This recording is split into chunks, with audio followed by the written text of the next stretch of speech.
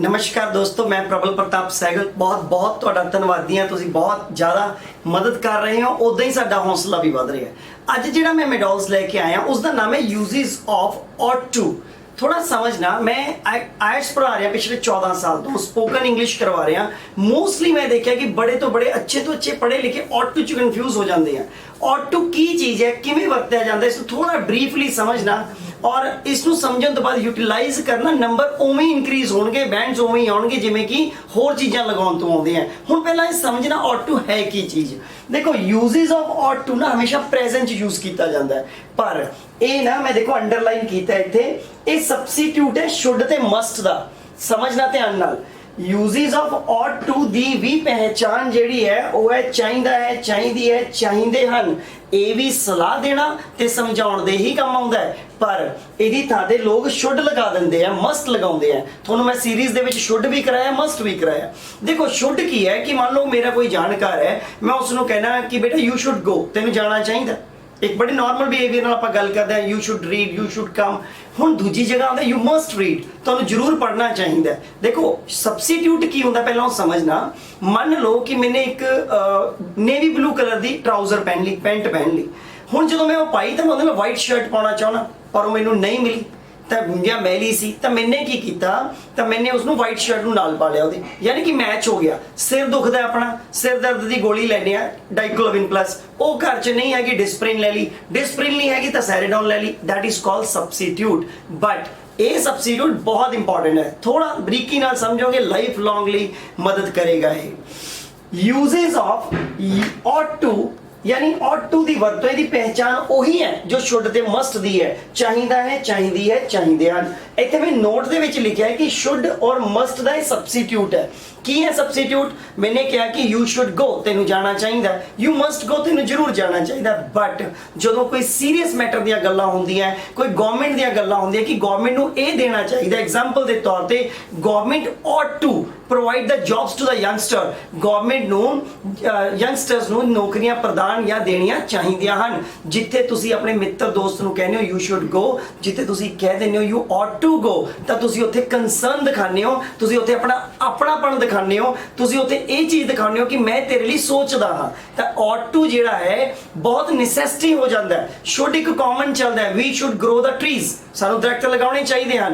पर अज का माहौल इन्ना पोल्यूशन का माहौल है, तो इत्थे की होगा ought to, we ought to grow the trees। यानी सानू जरूरी तो भी ज़्यादा जरूरी हो गया कि सानू दरख्त लगाने चाहिए हैं। यानी तुसी ये कह सकते हो भी शुड ते मस्ट नूं रिमूव करके तुसी ought to लाता और नंबर भी अच्छे लै गया।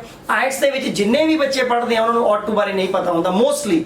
आई एम नॉट सेइंग कि ऑल, बट इसे करके थोड़ा पिछे आ जाते हैं। सो सिंपल मैथड है कि शुड नू मस्ट नू नहीं तुसी लगाया, ought to लगाता। गल एक ही है, शर्त यह है कि पंजाबी के अंत च आना चाहिए, चाहिदा है, चाहिदी है, चाहिदे हन। हुण दूजी गल, बच्चा इत्थे फिर कन्फ्यूज, वो कहना मैनू पैसा चाहिए। बेटा पैसा चाहिए वो तुहाडी लोड़ है, you want, I want money. But जिथे तेन पैसा नहीं मंगना चाहिए, तेन उहदे घर नहीं जाना चाहिए, उत्थे ought to आउंदा है। चाहिदा ते चाहुंदा च बड़ा फर्क है, थोड़ा ध्यान रखियो। बहुवचन होवे, एक वचन होवे, जद तक जिउंदे हो, जद तक पहचान ये होवे, मैथड ये होवे, ought to दा प्रयोग करो। वर्ब दी पहली फॉर्म अक्खां बंद करके लगा दो और नाल ऑब्जेक्ट। वही चीज आ गई फॉर्मूला की पहला वरतो subjects I we you they, he she it और नेम। ought to वर्ब दी पहली फॉर्म दे नाल ऑब्जेक्ट। हुण मैं सेंटेंस फॉर्मेशन ते जा रहा, ध्यान देना। जिवें कि a government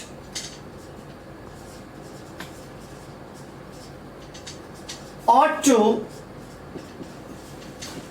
provide the jobs। देखो ये बहुत जरूरी चीज आ जाती है कि साडी गवर्नमेंट नू नौकरियां देनियां चाहिए हैं। यानी कि बहुत सीरियस मुद्दा है, इस करके अपने इत्थे ought to दा प्रयोग किया। इदां ही we ought to care for our family। देखो एक चीज होंदी है कि अपने कहा कि सानू परिवार का ध्यान रखना चाहिए, पर देखो ये ऐ थोड़ी करके सार दू, पर यह है कि सानू ਧਿਆਨ ਹੀ ਰੱਖਣਾ ਚਾਹੀਦਾ, ਬਹੁਤ ਸੀਰੀਅਸ ਮੈਟਰ ਹੈ। ਜਿਵੇਂ ਅੱਜ ਦੇ ਯੰਗਸਟਰਸ ਹੈ, ਅੱਜ ਬੜਾ ਥੋੜਾ ਜਿਹਾ ਵਕਤ ਬਦਲਿਆ ਕਿ ਅੱਜ ਯੰਗਸਟਰ ਜ਼ਿਆਦਾ ਟੇਕ ਕੇਅਰ ਕਰ ਰਹੇ ਮਾਂ ਬਾਪ ਦੀ as compare to 20 years back, right? ਤਾਂ as compare to 10 years back. ਪਰ ਕਿਤੇ ਨਾ ਕਿਤੇ ਗਲਤ ਵੀ ਹੈ, ਪਰ ਉਹ ਜਿਹੜੀ ਗਲਤੀ ਹੈ ਆਪਾਂ ਉੱਥੇ ਕਹਿੰਦੇ ਆ ਕਿ ought to, ਮਤਲਬ ਕਿ ਇਹ ਤਾਂ ਮਾਂ ਪਿਓ ਹੈ, ਇਹਨਾਂ ਦਾ ਧਿਆਨ ਜ਼ਰੂਰ ਰੱਖਣਾ ਚਾਹੀਦਾ ਹੈ, ਜ਼ਰੂਰੀ ਹੈ ਧਿਆਨ ਰੱਖਣਾ। ਤੇ ਉੱਥੇ ਆ ਜਾਂਦਾ ਹੈ ought to ਦਾ ਪ੍ਰਯੋਗ। ਤੁਹਾਨੂੰ, ਮੈਨੂੰ, ਉਸ ਨੂੰ, ਸਾਨੂੰ, ਪਰਿਵਾਰ ਦਾ, ਫੈਮਿਲੀ ਦਾ ਧਿਆਨ ਰੱਖਣਾ ਚਾਹੀਦਾ ਹੈ। ਏਦਾਂ ਹੀ ਆਪਾਂ ਅੱਗੇ ਵਧਦੇ ਹਾਂ। he ਜਾਂ she ought to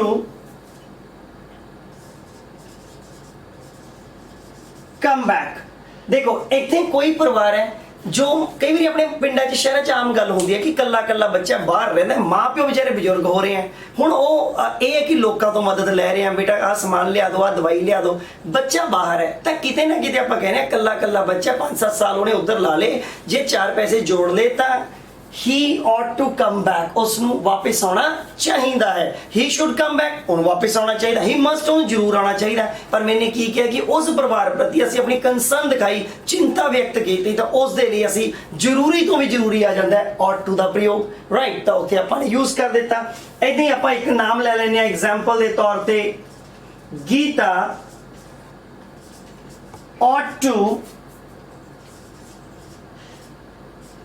work hard, Gita ਨੂੰ ਸਖਤ ਮਿਹਨਤ ਕਰਨੀ ਚਾਹੀਦੀ ਹੈ। ਆਪਾਂ ਸ਼ੁੱਡ 'ਚ ਵੀ ਕਹਿ ਸਕਦੇ ਸੀ, ਆਪਾਂ ਮਸਟ 'ਚ ਵੀ ਕਹਿੰਦੇ, ਮਤਲਬ ਉਹੀ ਹੈ। ਪਰ ought to ਕਿਉਂ ਲਗਾਇਆ? ਕਿ ਸਾਨੂੰ ਉਸ ਪਰਿਵਾਰ ਦੀ, ਉਸ ਬੱਚੇ ਦੀ ਚਿੰਤਾ ਹੈ। So due to that we use ought to।